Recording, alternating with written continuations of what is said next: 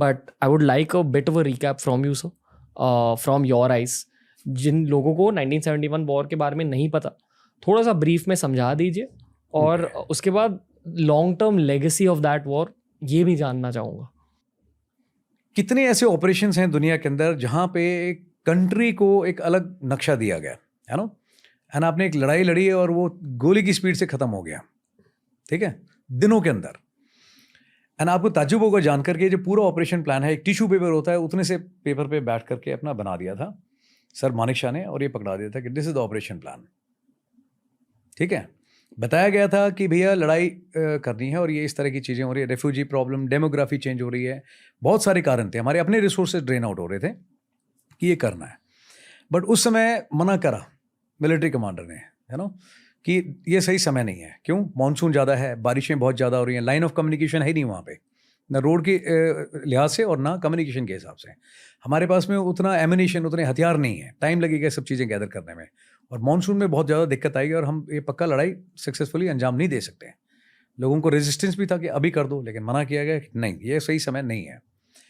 समय बाय किया गया और उसके बाद में अपना प्लान किया गया, जिसके दौरान नई यूनिटें बनाई गई, कुछ यूनिटों को आपस में जोड़ा गया, कुछ हथियार हैं इम्प्रूवमेंट करे गए, ज़्यादा सप्लाई करी गई, राशन वगैरह स्टॉक किया गया, कुछ क्लोथिंग वगैरह नहीं थी, वो जो कमी पेशी थी वो पूरी करी गई, लोगों की ट्रेनिंग कराई गई, है ना. बहुत सारी लड़ाई, इट्स नॉट आसान नहीं है सिर्फ कि लड़ लेते हैं, कोई ये बॉक्सिंग का बाउट नहीं है, दो कंट्रीज लड़ती हैं, दिन रात का काम है, यू नो.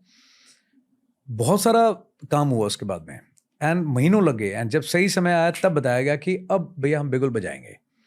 एंड वो इतना अच्छे से प्लान किया गया, कम समय पे.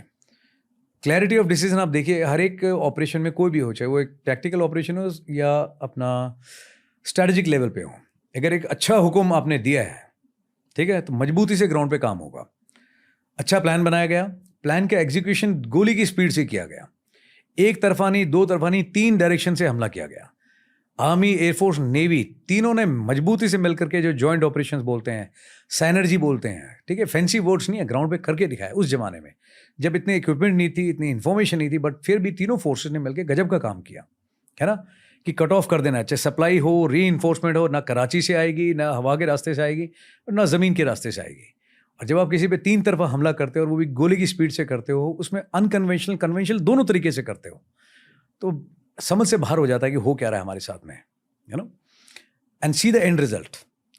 यहाँ पे 90,000 प्लस सोल्जर्स ने सरेंडर किया.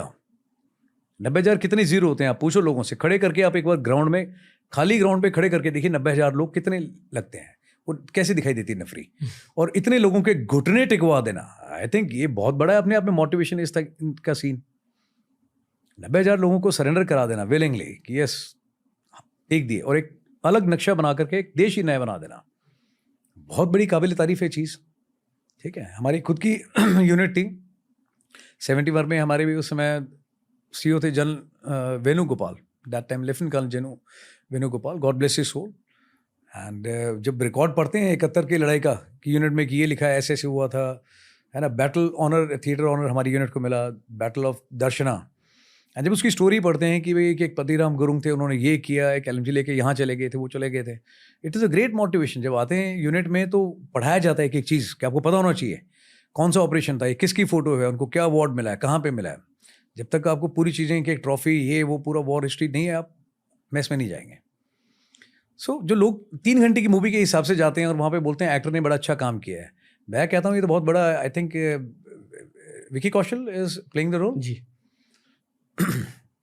Sincere advice and appeal to him or anyone, you know, a man of such magnitude, आसान नहीं है उनका रोल अदा करना, है ना. फील करना पड़ेगा, वो लाने भी पड़ेगी अपनी आवाज़ में, बुलंदी में, एंड दोज काइंड ऑफ छोटे छोटे इंसिडेंसेस ना, जिससे एक यंगस्टर्स को एक अलाइनमेंट मिलेगी. एक छोटा सा इंसिडेंट देता हूँ. जब ये लड़ाई चल रही थी वहाँ पे, तो he was posted in the northern sector, and when he took over as the GOC there, तो he called for a conference. पूरे फॉर्मेशन के ऑफिसर्स को वहाँ पे बुलाया गया, एंड उस समय कुछ विड्रॉल्स भी थे कि पीछे बुलाया जाए ट्रुप्स को. Not 71, I think it was 62 की बात है. तो when he took over as the GOC, he said only one message, there will be no more withdrawals, and that the end of the conversation. It went सीधा दिमाग में गया कि भाई अब वापस नहीं होगा, बोल के गया ओल्ड मैन, सिर्फ आगे बढ़ा जाएगा, पीछे नहीं आएंगे।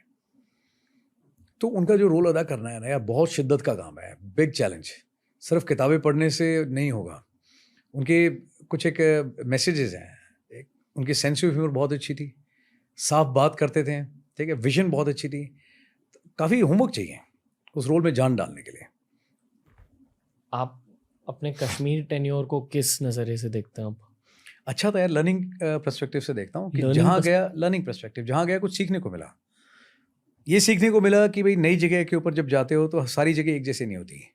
लोग हाँ, लोग अलग होते हैं, उनकी मेंटालिटी अलग है, रिलीजियस आइडियोलॉजी अलग है ना, उनका फौज के साथ में तालमेल अलग है, ठीक है। भाषा नहीं, भाषा तो बहुत दूर की बात है। फिर ये किताब पता लगी कि जो किताब में सिखाया जाता है उसमें और ग्राउंड में ज़मीन आसमान का फ़र्क है। बेसिक्स किताब में ठीक है, लेकिन जब आप ग्राउंड पे आते हो तो कई बार रूल तोड़ने भी पड़ते हैं, कई बार है ना एक्स्ट्रा भी आपको करना पड़ता है। किताब में नक्शा बना के दिखाया गया है, ऐसे ऐसे ऐसे होगा, 10 सिचुएशन है, 10 अलग तरह की टेम्पलेट बनेंगी। बेसिक्स आप फॉलो करोगे, हथियार ऐसे पकड़ना है ना, फायर ऐसे करना है। पर जब ग्राउंड में सिचुएशंस आती हैं तो वो उस समय तो खुद डिसीजन लेना पड़ता है। हर सिचुएशन अपने आप में नहीं होती है यार।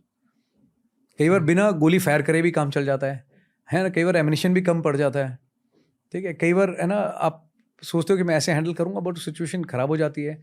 और कई बार ऐसा होता है सिचुएशन लग रहा होता है बहुत खराब है, बट बातचीत से बात भी बन जाती है। तो एक्सपीरियंस बहुत कुछ सिखाता है आपको। इंसर्जेंट्स के साथ आपने बातचीत करी है? हाँ करिए, बिल्कुल करिए। तो टेररिस्ट? यस। क्यों और क्या बात करी? क्यों? ऑब्वियसली यार, बातचीत क्या करी है, 2-3 तरीके होते हैं, लाइक है ना। जब आप किसी को पकड़ते हैं इंसिडेंट्स को, जैसे हमने एक बंदे को पकड़ा लाइव, अभी हमें उससे जानकारी तो चाहिए, बिकॉज आपने उसको पकड़ा है, आप उसको तरतीब वाइज पूरा बनाओगे, उसके वाउचर्स, डॉक्यूमेंट आप पुलिस को हैंड ओवर करेंगे। बट जायज़ सी बात है, जब आपने उसको पकड़ा है तो कुछ इन्फॉर्मेशन आपको चाहिए होगी, तभी आप फॉलो अप एक्शन कर पाएंगे। तो कई बार क्या होता है, इंटरोगेशन करते हैं, फौज के अपने तरीके हैं, पूछा जाता है, पूछताछ। और कई बार है जहाँ पे मतलब बिना कुछ वो भी, आप क्या पूछते हैं उनसे, आपका इंटरेस्ट किस में होना चाहिए। अगर कोई ठीक से ट्रेनिंग करी हुई है और सिखलाई है तो वो क्या पूछेगा, वो पूछेगा आप कौन सी ऑर्गेनाइजेशन से ताल्लुक़ रखते हैं, आप कब से काम कर रहे हैं, आपने किन किन ऑपरेशंस में पार्टिसिपेट किया है, कहाँ कहाँ पे किया हुआ है, आपके कितने लोग हैं, व्हाट इज़ मोडस ऑपरेंडी, आप किस तरह से काम करते हो। आपको ये भी सही से पता करना है कि कितना सच बोल रहा है, कितना झूठ बोल रहा है। फॉल्स इन्फॉर्मेशन की बेस पे आप फॉलो अप एक्शन नहीं कर सकते। आप झूठ पकड़ सकते हैं? बिल्कुल पकड़ सकते हो।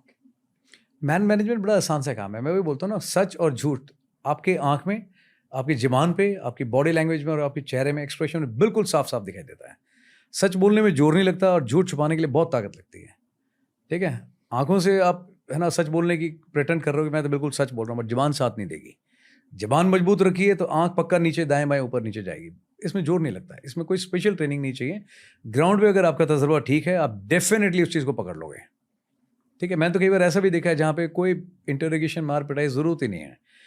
सिर्फ बंदे से पूछा, 2 तरीके हैं, पहला फौजी तरीका, दूसरा एक ऑफर, सिगरेट पीता है, कहता है हेलो, दारू पीता है, कहता है कभी कभी, तो मैं टुडेज कभी कभी, कहता है चलेगा। अब 2, मैं देख, you are being treated like a gentleman, आपने जो चीज़ मांगी सारी दे दी, तो अभी थोड़ा सा यू शुड रेसिप्रोकेट, बताओ जो हम जानना चाहते हैं। स्कोप तो है नहीं, तो बता दो, ठीक ठीक, कोई तकलीफ नहीं होगी। नहीं बताओगे फिर और बतेरे तरीके हैं। बंदा बताता है, उसमें भी कहता है सर ये वाली फीलिंग ज़्यादा अच्छी है, हम ऐसे बताएंगे। बता दो यार है ना, मैं तो कह रहा हूँ प्यार मोहब्बत से बात हो जाए तो वाई नॉट तो वो वाले टेररिस्ट ने क्या बोला था जिसके बारे में आप बात कर रहे थे? अच्छा, मल्टीपल है? नहीं, मल्टीपल नहीं, हाँ ऐसे बहुत सारे लोग हैं, बट बताते हैं लोग, है ना। देखो बहुत सारी चीज़ें होती है यार, किसी को एकदम से मिलिटेंट बोलना, मिलिटेंट और इंसर्जेंट में भी फ़र्क होता है। ओके। जो जेएंडके में है उसको हम मिलिटेंट मान के चलते हैं, जो नॉर्थ ईस्ट में है उनको हम इंसर्जेंट बोलते हैं। फ़र्क क्या होता है? बताता हूँ। एंड जो इसमें आप जाते हो, आप उनको बोलते हो ये माओइस्ट हैं, छत्तीसगढ़ एंड रेड कॉरिडोर इलाका। अब सारे लोग बोलते हैं कि भाई मैं एसएफ में जाकर के सबको मार दूंगा। उनको मैं पूछता हूँ, अच्छा यार ये बताओ मुझे, इंसर्जेंट और इसमें फ़र्क क्या है? उसको पता ही नहीं है। सो जब तक ट्रेनिंग आपकी नहीं हुई, आपके खुद के कंसेप्ट क्लियर नहीं, आप किसी को भी ठोक दोगे, गलत बात है यार। पहले खुद अपना फ़र्क क्लियर करो। जेएंडके में क्या है, ज़्यादातर लोग जो वहाँ पे आते हैं वो दूसरी तरफ से आते हैं। वो ट्रेनिंग कैंप्स में है, वहाँ पे लॉन्च पैड्स में लेकर के आया जाता है, अंदर इंडक्ट किया जाता है। उनका रेडिकलाइजेशन बहुत बुरे तरीके से हो रखा होता है, ठीक है। मुंबई तक में आकर के वो काम करके, दैट इज मिलिटेंट टेररिस्ट। एक आर्मी बन चुकी है उन लोगों की। अपना एक उनका एक साइक है, काम करने का तरीका है, वो किसी हद तक जाएगा। उसको बुजुर्ग में, लेडीज में, बच्चों में, सिविलियन में, इनोसेंट में, फौजी में कोई फर्क नहीं है। जो इजी टारगेट है, सॉफ्ट टारगेट है भाई, अपना मुद्दा हासिल करने के लिए जहां थोड़ी सी सेंसिटिविटी क्रिएट कर सकता है वो कुछ भी करेगा। ठीक है, ये मिलिटेंट है, टेररिस्ट।